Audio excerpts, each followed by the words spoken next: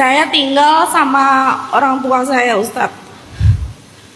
Saya adalah anak perempuan satu-satunya. Di dalam rumah ini, selain saya tinggal sama orang tua saya juga tinggal sama nenek saya, Ustadz.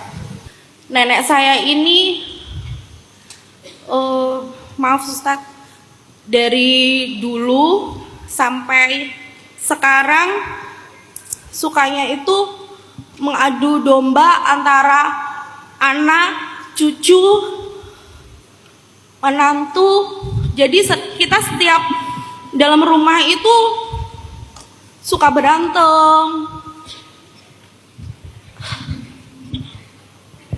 suka saling gak nyapa.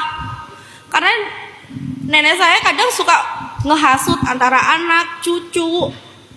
Jadi kadang saya tuh keinginan punya rumah seperti keluarga Cemara itu jadi kayak neraka gitu, Ustaz.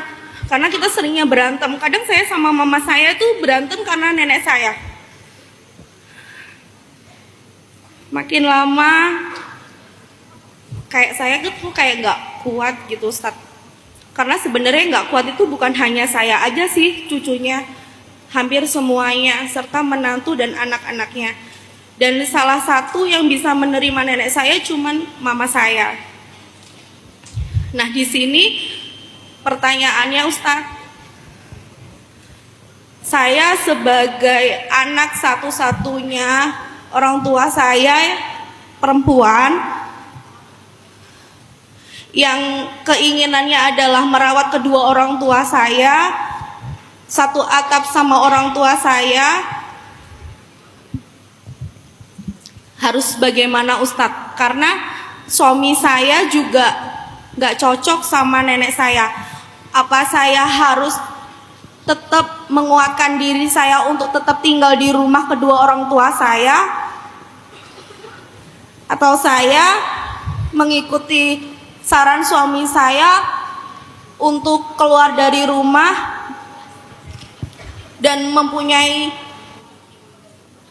rumah yang baru untuk keluarga kecil saya, Ustadz?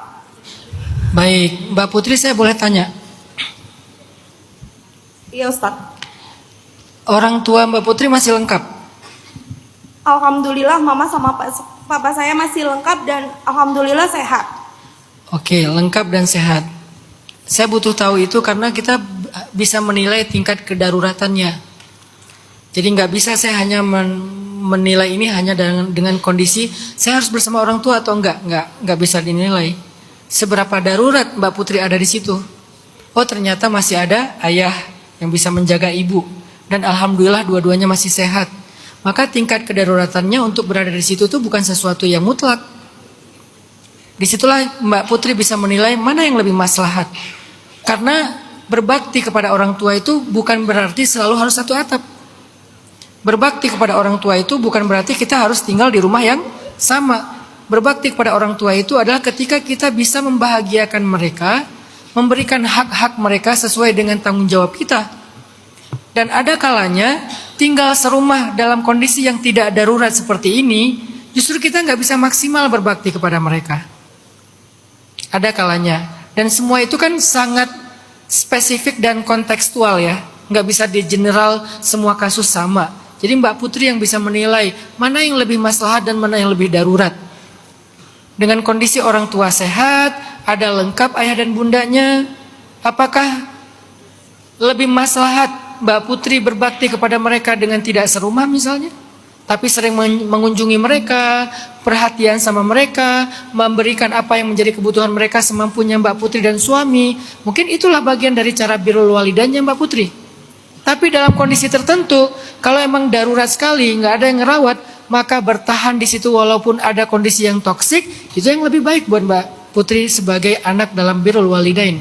Semua itu sangat kondisional. Jadi Mbak Putri lebih tahu kondisinya. Itu kalau boleh ngasih gambaran jawabannya.